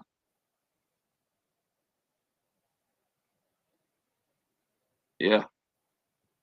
So it's like I doubt we'll see one go that. I wouldn't mind if he went in the first top 15. That'd be pretty cool, but I just don't see it because once again, like I said, I feel like his usage rate might kind of stalemate, and somebody might look down on that. But it makes me think of people like Zeke. It makes me think of people like Derek. It took time for Derek to get his starting role, but when he got that role, it was Saquon. Yeah, Saquon, 2018. That's a long time. Long time ago. So having a top back. And like Saquon, he had some injuries in college, and he still got drafted that high. Ashton ain't had no injuries, but his usage rate, it reminds me a lot of Zeke. Reminds me like when Derek finally got that role, Derek was toting that thing, So, but you see what they did in the league. So that's that kind of just like, okay, let's see what he still got. I think he could be more than a great pick. They're saying the kid from North Carolina, the running back out of North Carolina, is the biggest. That's the other running back that I was talking about. Yeah. Yeah, they saying that he's. Oh, I just saw a kid. What school is he at? Wide receiver. Oh, dang. Everybody likes him. I've seen a couple games with him. He was up for the Blitnikoff. He didn't win though. From what conference? I can't even remember, bro. I can see him. I can't even see the uniform. I just remember how he played. Solid cat. Who do you play against? If I can't remember what team, I don't remember what team he played against. Blitnikoff. When we come up to the have you known, I would have done a little more research on him. Let's see, finalist. He was a finalist. Yeah. Tito McMillan. Him and Nick Nash. From Arizona. So underrated. That boy is so underrated. He was Tito. I don't know. I couldn't remember that's why I couldn't remember his name. The boy, he's a dog. He was. Have you seen highlights of Nick Nash from San Jose? Yes, goodness. I did. The dude can play. That boy put up some stats. You know, I think the thing about when you're drafting a receiver in the NFL these days is that you could get a good receiver in the second or third. I think Nash will fall to that point, second, I third, think probably both of them probably will. because the credibility from the teams that they're at, and I don't think they're getting as Hmm. much love as they should. But this will all be dependent upon what happens in some parts of combines, their pro days, and stuff like that, and how much people really buy into those days as they used to be. Because you can watch a kid anytime you want to see his stats or highlights or what he does on a good day or a bad day. You don't even have to go in anywhere. You can just go on YouTube and you can find a guy's day in life. Um, but I do like both of them. I was surprised that they did not win those awards. Um, I know Travis Hunter was an all around type of guy, but again, I mean that he ate Travis alive. Dude had a hell of a game. Hey man. McMillan had a hell of a game, but again, you don't. In my opinion, again, you don't have to draft a guy in the first round like that, wide receiver wise, unless he's like that all the time and that type of credibility. In my opinion, the draft moving forward, if I'm a team, if I can't get the quarterback I want, right, or if there's not a quarterback I want, if there's not a running back that's that elite to that extent, right, where my team needs that additional person, or a receiver is generational like that, right? Smith is going first round, probably top 5, top 3 once he comes out of Ohio State. But if I don't have a guy in that realm or deep, I think certain positions warrant you to draft those guys, right? So O lineman, D lineman, maybe a really good safety or a really good corner, and I say safety. I say corner before safety. the safety position is so weird, man, because you got a really good corner and you can turn your old corner, who's a probably decent, okay corner, and move him to safety and be what you need in the backfield. I mean, in back end. So I think the game has changed so much. Like when we think about safeties, like we don't have like let's be real when we think about safeties. Like Ed Reed was there. There weren't many Eds out there. Okay, like you had Ronnie, you had Ed, you had mhm. people like what's my Anomalies, right? guy Eric Reed who could play safety and corner. Another guy like Champ Bailey who could play safety and corner. Oh shoot, Ronnie did too. But Sean those Taylor. guys, Sean Taylor, like there is every safety's not like that. That's why when Tyron was coming out, he had such a big buzz about him because he Because could play corner, he could he play the fit that nickel, he could mold. play Yeah. safety, he can fit all the roles. So it's like, oh, okay, you got a dude. But then think about it, we also don't have a lot of people like what's my man? Cam Chancellor neither. They don't make Oh, safeties like that no more. bringing a wall with him. When he hit, he bringing a wall with Yeah, him. ain't a lot of You dudes don't. like that no more. I think the position is. So I think there's a few guys who have that opportunity to become of something of that. We're just gonna take some time for them to get that type of love. One of those guys I think is Cam Kitchens for the Rams. He made a lot of plays in the back end, a lot of Yeah, plays here, and he plays kind of like that free. He played like that in college, but he also plays like that in the NFL, where he's kind of like free roaming out there. You got to figure out where he's at on the field before you do what you need to do. We'll see what happens in year 2, clearly, because year 1, yeah, yeah, they don't yeah. know who you are. Year 2, they're going to start to key in on you. Um, I think that makes it hard for as a when you think about safeties overall, because if you're coming out, you want a guy who's like an Ed Reed. You want a guy who fits the mold of the guys that you just listed. Problem is, you're not going to get those guys anymore because they're not allowed to play that way anymore. I don't think you'll get a guy who's able to play that way, that role, that type of way. Well, outside of Cam, when I think about Ed, Eric, Uh, outside of now, let me take out Ronnie too, because Ronnie was smart, but he was a hell of a headhunter. But when I think more like Eric, Ed, um, even Troy, very cerebral guys. Outside of Ed and Eric, some of them weren't. Some of our best safeties ain't been the most athletic dudes. Like Eric and Ed were like flat out anomalies Yeah, athletically. Champ, same way. Stupid athletes. So I feel like when you have like a very good cerebral safety, it saves your linebackers and corners from making some silly mistakes as I, well. Because I think about Minka. Minka is such a good safety that for a lack of talent at corner and linebacker it makes up for it. between him and TJ on the line, it's like, okay, we cool a little bit in this middle. As long as we got them two, speaking of Minka, he's a Yeah, free agent too coming up. they said what you just said is what Patrick Peterson said about Tyrann Matthew when he was over with the Cardinals.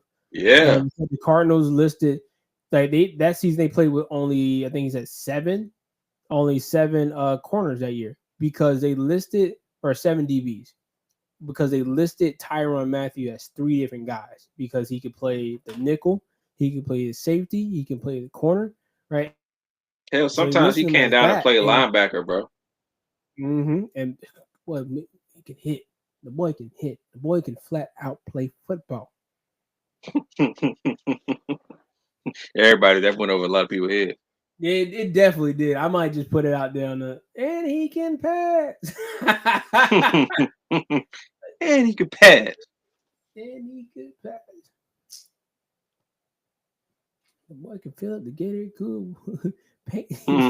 Walk the Do dog whatever and you paint need. the back porch. But yeah. Anything else, man? Anything else we got to run through, man? We don't hit an hour 41. This has actually been about a time period that we usually hit now at this point. We started to hit hour Yeah, 41. this one longer than I thought it would, man. This was a solid one. Because Yeah, I man. mean, I think this, not to say anything, like it may be like receiver talent has gotten so much better in these past couple of years, but Mm-hmm. over and all, I feel like we don't get the same level of NFL players consistently like we used to. I feel Uh, like there's like good players like every other draft compared to like we would get a crazy draft, we would get a good draft, we would get a O. But now we get like a draft where we get like it's just there's those few players that you just can't be without, and then everybody's like, yeah, okay, okay. so I agree because I've also noticed that same drop and the skill position, the talent wise, right? They have it's the same thing with the NBA. And like, the comparisons there is crazy. They're so drilled in what they do where there's no looseness to their game. And what I mean by that is that they No, run the I know drill. exactly what you mean. So Yeah, and the players that we applaud, we can just talk about the safety position and Tyrann Matthews being one of the guys of most recent, where you can say, and this is why Cam Kitchen, I think he plays pretty well, is that they're so loose in their game to where it's hard to know what they're actually going to do because they play so free. They play so they know the game and it's what they do. It's not it's just their talent, their ability to do this. We have a lot of guys in the NFL that are really really good at doing the job of playing football. And you know what we call those guys? Football players. mm-hmm, I like a receiver. I like a good quarterback. I mm-hmm, like a good old lineman. I'm gonna mm-hmm, come back to this point about that old line. You know what I want on my team?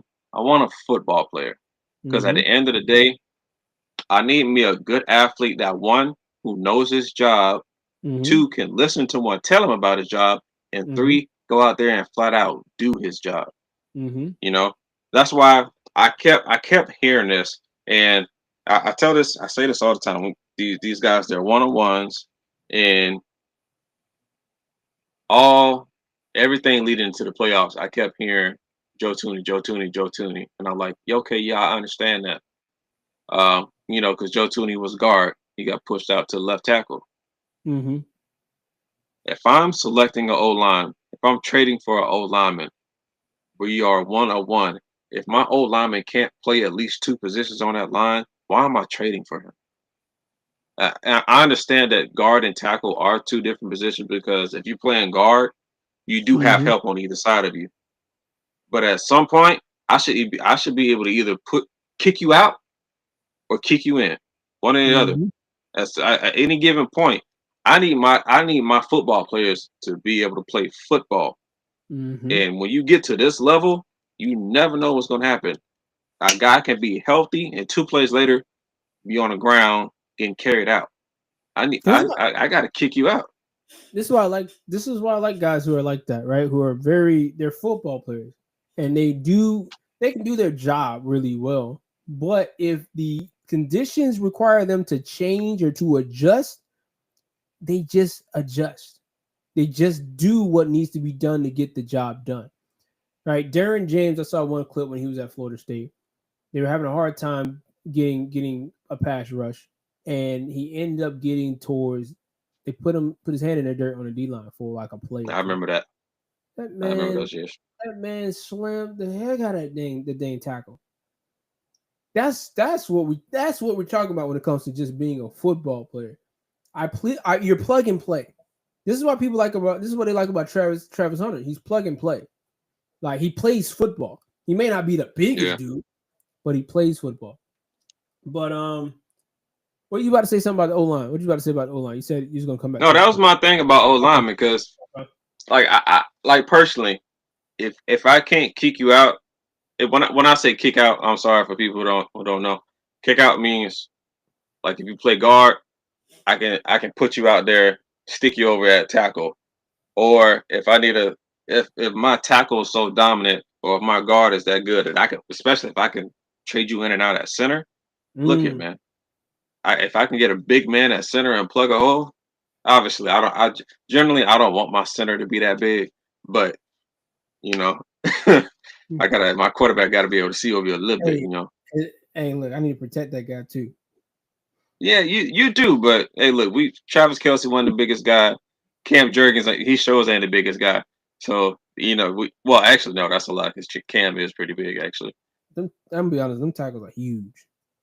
Was a big. But they said the average man on Philly O-line was 6'6", bro. They said if you go back to like the first Super Bowl, the average height of a O lineman was like 6'3".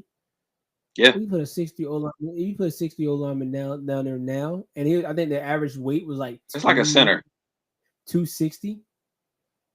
Imagine a 260 O lineman, bro, in today's game. Oh, there are those guys. At 6'3". 260, 6'3"? 6'3"? No, hell no. No, Hey, look here, man. Will Anderson come off your little ass out the way, man. Imagine you the same height as Aaron Donald. Lord Jesus, what? I gotta play, but I'm the same height as Aaron Donald, and I weigh 260. Yeah.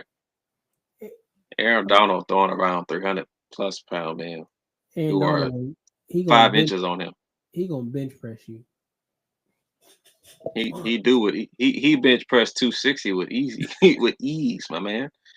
So let's I miss see. that guy. Yeah, man. He said he did what he had to do, man. Got 10 years and 10 yeah. You started out right. Hall of Fame, first ballot, no question. No question. Hall of Fame, legendary career. Trains with knives. Why them hands fast, bro? Yeah. Let's see. Ain't got nothing else after that, big dog. I think that's about it, man. Nah, Draymond Green being green, not green, but he was right, but he was also wrong at the same time. But Draymond and the players need to look themselves in the face and be like, "Do you want this game or not?" Because they can want it all they want. They just gotta. I don't know. The league needs a transition. They need a transition. They need to find their future. They need to find the guys. I'll say basketball players are even more entitled than quarterbacks, which is crazy. By far. They're entitled, and some of them don't even be playing.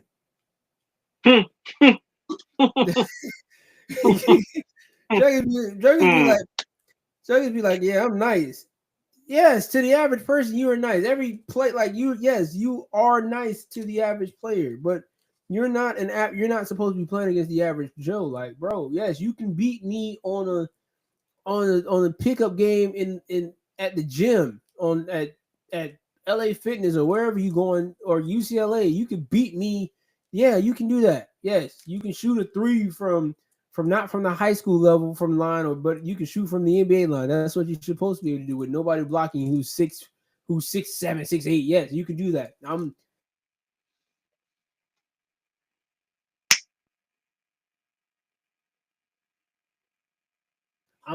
5'11". You bro, like you get paid the ball and play basketball, bro. Like you get paid to do these things. And I'm not saying like you didn't put in the work to get there. I'm saying you did the work to get there. You can applaud yourself for that. But overall, bro, at this moment in time, you guys, as in terms of basketball players in the NBA, you guys are trash. Like at the end of the I ain't gonna day, say all that. look, It's just different. there's only a handful, bro. There's only a handful that you can say they are like that, and I'll give them their credit for being like that. You guys are legitimate like that, and you just be like, bro, like man, that guy has so much knowledge, just talent, but he plays the game the way the game needs to be played. But other than that, man, it's like we're watching. I don't know what we're watching here, man. I don't know. There's no reason to watch NBA basketball at all in this era for the regular season. And somewhat, it's not even. There's no reason to watch the play-in game because the play-in is just an extension of the regular season. So there's no reason for that to even be watched at either. Interesting. Adam, here's the thing: if the guys could not win in 82 games to get in that seeding situation, you should not be trying to get them in the situation anyway. They didn't get in.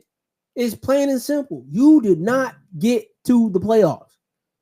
Y'all call it Cancun. All right, go to Cancun. But 90% of y'all seem like y'all been in Cancun since week 1. So Adam, you gotta figure out something, man, because the commissioner before you would not have allowed this to happen. I mean, it was heading that way. Nah.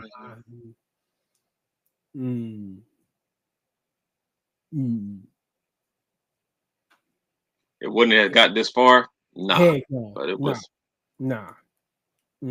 I think won't even be. What? You don't want to play hard in the NBA final? What? And I mean NBA All-Star game? What? But you want to be paid to be here? Oh no. Oh no. Oh no. Nah, it would have been a little more. It definitely would have been some kick up from Stern. He would have. This would have got handled a lot sooner if this was Stern. Yeah, because he would have said something after maybe like game the second year. All right, y'all did it the first year. I thought it was just a little 1 year wonder thing, but y'all did it again. So we gonna make sure that moving forward, anybody that gets in this game is gonna take it serious. But other than that, like, but yeah, I ain't got nothing else, man. We'll see what Mr. Silver do, man. Joshua Darnes, Pernell Beals, Battleground live on YouTube. Shout out to my boy Reggie and any other individual that decided to jump on the live stream just to catch us up, man. We definitely appreciate it. Again, follow, subscribe. We are on our way this year, man. We're gonna try to hit. We it's slow growth, but it's growth overall, man. We are trying to hit, by the summer, man. I want to hit at least over 100 followers by the summer. We can do it. I know we can. Yes, we can. Look here. Listen, follow, share, tell a friend. That's all we ask. And here's Please the and thing. thank you. If you're that bold enough to talk about the game of sports, don't be scared to jump on the live chat or something like that. And You let see us what know. his shirt say? You know what I'm saying? We're hungry. You hungry, bro? You know what I mean? And so at the end of the day, like, don't be scared, man. If you know your stuff and want to bring it up on here to have a conversation, man, let's hit us up. Let's do it. We got a plate for you. We'll share. We'll share. Look, we don't know everything. We don't know. Don't. We gotta research. We gotta listen and learn too. So come on. Bring your mind, bring your thought, bring your passion. But that's all we ask. That's all we ask. And with that, we bid you I do. Oh shoot.